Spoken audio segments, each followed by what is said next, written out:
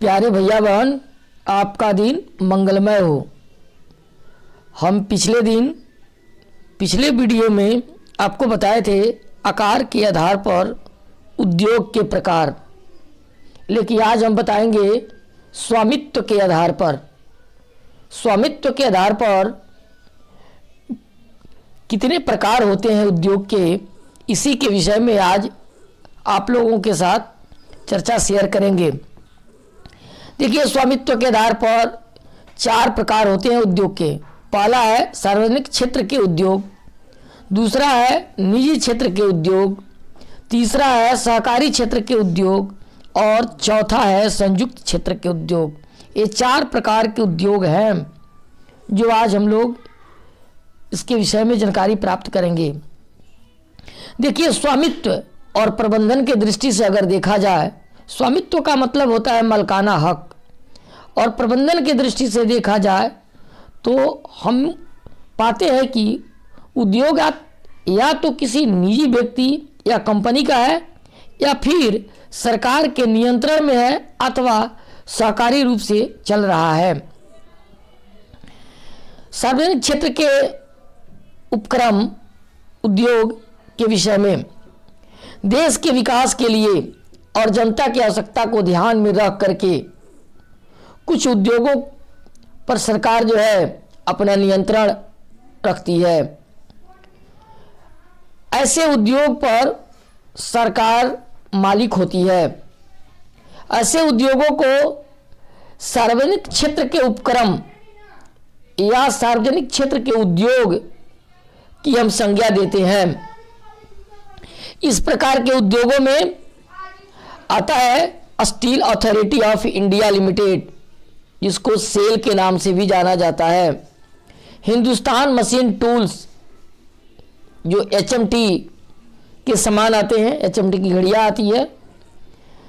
तेल और प्राकृतिक गैस निगम 1GC, इन सभी उद्योगों को भारत सरकार जो है इसकी स्वामी है, इसकी देखरेख करती है। दूसरा है निजी क्षेत्र के उपक्रम।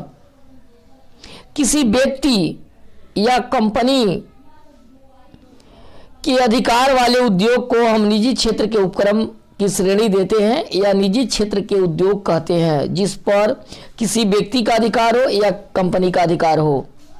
जैसे Dabur India limited, Tata iron and steel company, Reliance company, ये सारी कंपनियां हैं जो निजी क्षेत्र के उपक्रम हैं। तीसरा है सहकारी क्षेत्र के उद्योग। सहकारी क्षेत्र के उद्योग अनेक लोगों की सहकारिता के आधार पर चलाया जाता है। सहकारिता का मतलब होता है एक साथ मिलकर काम करना। बहुत सारे लोग एक साथ मिल करके काम करते हैं, उसको सहकारी उद्योग कहा जाता है। उन उद्योगों का स्वामित्व कच्चे माल के उत्पादक, कर्जकर्ता अथवा दोनों भी हो सकते हैं। ये उद्योग अगर संयुक्त रूप से देखा जाए तो ये संयुक्त रूप से चलाया भी जाता है। अगर ज्वाइंट कर दिया जाए, यानी कच्चे उत्पादक और कर्जकर्ता दोनों एक साथ मिलकर इस उद्योग का संचालन करते हैं।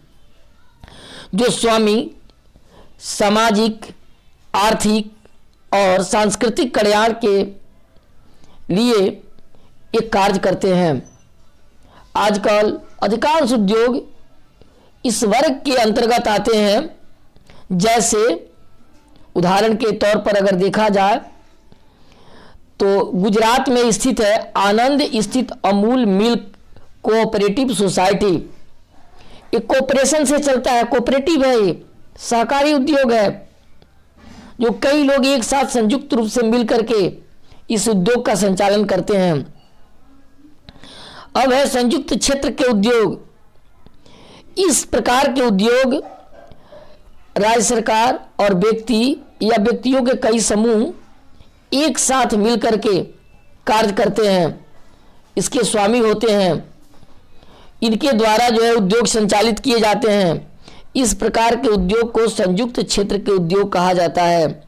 जैसे मारुति उद्योग लिमिटेड, कोचीन रिफाइनरी लिमिटेड उद्योग, ये सब संयुक्त क्षेत्र के उपक्रम हैं।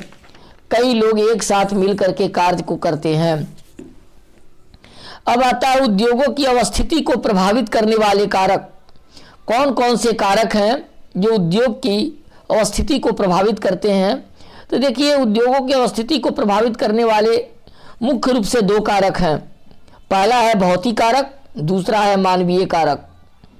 भौतिक कारक में आता है भूमि की उपलब्धता, कच्चे माल की उपलब्धता, ऊर्जा संसाधनों की उपलब्धता, जल की उपलब्धता। ये भौतिक कारक के अंतर्गत आता है। मानवीय कारक में आता है पूंजी, श्रम, परिवहन एवं संचार, बाजार, सरकार की नीतियां।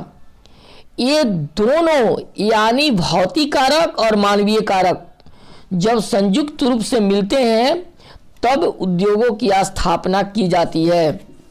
इनके अभाव में उद्योग को स्थापित नहीं किया जा सकता। किसी भी क्षेत्र में उद्योग स्थापित करने की संभावना जो है, उसका घनत्व, उनका आकार, उनका प्रकार कई बातों पर निर्भर करता है। किसी क्षेत्र विशेष में किसी एक या अन्य कारक अधिक प्रभावी होने से उस क्षेत्र से संबंधित उद्योगों की स्थापना और विकास को प्रोत्साहन मिलता है। एक कच्चे कारक है उसके कच्चे माल की उपलब्धता, ऊर्जा संसाधन की उपलब्धता, परिवहन, संचार के साधन, सस्ता और कुशल मानवीय श्रम, बाजार, मांग तथा जल संसाधन की उपलब्धता। ये सारे जब कारक एक जगह उपलब्ध होंगे तब उद्योग को स्थापित किया जा सकता है। अब हम भौतिक कारक की चर्चा करेंगे और अलग अलग दृष्टि से चर्चा करेंगे। भौतिक कारक में सबसे पहले आता है भूमि की उपलब्धता। उद्योग को स्थापित करने के लिए समतल भूमि चाहिए, विस्तृत भूमि चाहिए, तभी जो है उद्योग का स्थापित किया जा सकता है। पहाड़ी, उबड़ खाबड़ भूमि पर उद्योग स्थापित करना संभव नहीं है। कच्चे माल की उपलब्धता, जिस उद्योग को हम स्थापित करने जा रहे हैं उस उद्योग का कच्चा माल का उपलब्ध होना आवश्यक है। कच्चे माल की उपलब्धता का उद्योग की स्थापना के लिए अधिक महत्व है। आधुनिक युग में यातायात के उन्नत साधन उपलब्ध है, किंतु इतना होने के बावजूद भी उद्योगपति यही चाहता है कि उद्योग की अवस्थिति कच्चे माल के स्रोत के आसपास हो। जहां कच्चा माल उपलब्ध हो उसी के आसपास में उद्योग स्थापित किया जाए ताकि परिवहन से पर खर्च अधिक नहीं हो। विशेष रूप से लोहा इस्पात उद्योग जैसे भारी और बड़े पैमाने के उद्योग में जहां कच्चा माल लौहअयस्क अधिक मात्रा में उपयुक्त होता है, इन साधनों के क्षेत्र में ही लगाए जाने चाहिए जहां परिवहन पर अधिक खर्च न हो। भारत में मुंबई और अहमदाबाद क्षेत्र में सूती वस्त्र उद्योग का अधिक स्थापना है। इसलिए है क्योंकि वहां आसपास के क्षेत्र में कपास का उत्पादन अधिक मात्रा में होता है, जो कि इस उद्योग के लिए एक प्रमुख कच्चा माल है। इसी प्रकार से अगर देखा जाए तो लौह और कोयला की उपलब्धता के कारण लौह इस्पात उद्योग भारत में छोटा नागपुर पठार के क्षेत्र में उसके आसपास के क्षेत्र में स्थित है। पश्चिमी उत्तर प्रदेश में चीनी मिलों की अधिकता है क्योंकि वहां बहुत बड़े भूभाग में गन्ने की खेती की जाती है। अब है ऊर्जा की उपलब्धता। उद्योग को संचालित करने के लिए किसी प्रकार का अवरोध पैदा नहीं हो, ऊर्जा की आवश्यकता है। कोयला, विद्युत, पेट्रोल ये ऊर्जा के स्रोत हैं। उद्योग उन्हीं क्षेत्रों में स्थापित किए जा सकते हैं जहां पर ऊर्जा स्रोत बहुत ही सरल और सहज तरीके से उपलब्ध हो। इसके बाद आता है जल की उपलब्धता। इन सब के अलावा भी उद्योग की एक और महत्वपूर्ण जरूरत है जल की। उद्योग में जल का प्रयोग बहुत कार्यों के लिए किया जाता है। अधिक मात्रा में जल की आवश्यकता पड़ती है। जिन क्षेत्रों में जल की कमी है वहाँ विशेषकर वस्त्र उद्योग, लौह इस्पात उद्योग आदि नहीं लगाए जा सकते। इन्हें अत्यधिक मात्रा में जल चाहिए, तब भी ये उद्योग संचालित हो सकते हैं। अब आता है मानवीय कारक। मानवीय कारक में उद्योग को स्थापित करने के लिए सबसे पहले पूंजी चाहिए। पूंजी जो है प्रथम कारक है। उद्योग के लिए भूमि, मशीन, विद्युत, कच्चे माल, ये सब की आपूर्ति पूंजी से ही होती है। सभी वस्तुओं की खरीदारी पहले हम पूंजी से ही कर पाते हैं। तो पूंजी सबसे उत्तम साधन है। अब है सस्ता और कुशल श्रम। उद्योग के विकास हेतु सस्ता और कुशल श्रम चाहिए। ऐसे उद्योग जिसमें विशेष रूप से अगर देखा जाए तो किसी भी कार्य में दक्ष श्रमिकों की ज़रूरत होती है, मजदूरों की ज़रूरत होती है, उसी क्षेत्र में स्थापित किया जाना चाहिए जहां पर एक कुशल श्रमिक अधिक संख्या में और सस्ते रूप में उपलब्ध हों, ताकि उत्पादन का लागत मूल्य कम रहे, लाभ अधिक कमाया जा सके। अगर उदाहरण से देखा जाए तो मुरादाबाद जो उत्तर प्रदेश में है, रेवाड़ी जो हरियाणा में है, वे पीतल के बर्तन बनाने के कारखाने हैं, तथा फिरोजाबाद में चूड़ी बनाने के उद्योग स्थापित किए गए हैं। क्यों? क्योंकि कुशल श्रमिकों की उपलब्धता पर ये उद्योग संचालित होता है, वहाँ कुशल श्रमिक उपलब्ध हैं। परिवहन और संचार के साधनों की विकसित व्यवस्था। परिवहन और संचार विशेषकर अगर देखा जाए तो परिवहन के साधनों की विकसित व्यवस्था उद्योगों की स्थिति को ज़्यादा प्रभावित करती है। जिन क्षेत्रों में ये साधन उपलब्ध हैं वहाँ उद्योग का स्थापित हो जाना आसान है, क्योंकि कच्चे माल को उद्योग तक पहुँचाने के लिए, तैयार माल को बाजार तक ले जाने के लिए परिवहन की ज़रूरत पड़ती है, गाड़ियों की ज़रूरत पड़ती है, सवारियों की ज़रूरत पड़ती है। अधिकांश जैसे रेलवे, बंदरगाह, मुख्य सड़क आदि के आसपास के क्षेत्र में उद्योग की अधिक संख्या में स्थापना की जाती है, जो इस कारक के महत्व और उपयोगिता को प्रमाणित करता है। अब है बाजार की स्थिति। उद्योग की स्थिति को बाजार की अवस्थिति और मांग की मात्रा दोनों ही अधिक प्रभावित करती है। हम उद्योग में वस्तुओं का उत्पादन कर दें और उत्पादित वस्तु को बेचने के लिए कुशल एक बड़ा बाजार नहीं है तो यह बेकार है।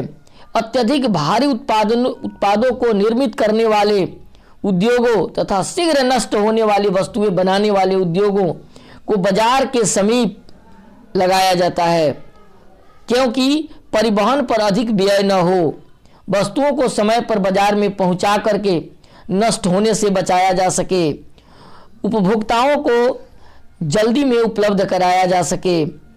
इसलिए बाजार का होना एकदम जरूरी है। अब है सरकार की नीतियाँ।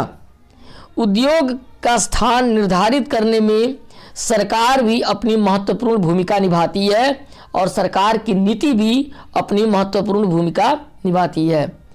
पिछले क्षेत्रों को उत्पादन प्रदान करने के लिए सरकार कम दाम पर विद्युत उपलब्ध कराती है, कम पर परिवहन लागत, कम दर पर ब्याज, ये सारी सुविधाएं सरकार जो है प्रदान करती है। इन सभी कार्य जब एक बार एक जगह समुचित रूप से उपलब्ध होते हैं तो उद्योग को स्थापित करने में कठिनाई नहीं होती है। इसलिए उद्योग को स्थापित करने के लिए इन दोनों भौतिक कारक और मानवीय कारक का होना बहुत ज़रूरी है। जब ये दोनों कारक सही सलामत उपलब्ध रहेंगे जिस क्षेत्र में, उस क्षेत्र में उद्योग स्थापित किया जा सकता है। आपके पास एक प्रश्न आता है, परीक्षाओं में पूछता भी है कि उद्योग को स्थापित करने के लिए प्रभावित करने वाले कौन कौन से कारक हैं, तो आप इन सभी कारकों का उल्लेख करेंगे। ये भूमि की उपलब्धता, कच्चे माल की उपलब्धता, ऊर्जा, जल की उपलब्धता, पूंजी, श्रम, परिवहन, संचार, बाजार और सरकार की नीतियाँ। तो आज के लिए इतना ही, धन्यवाद।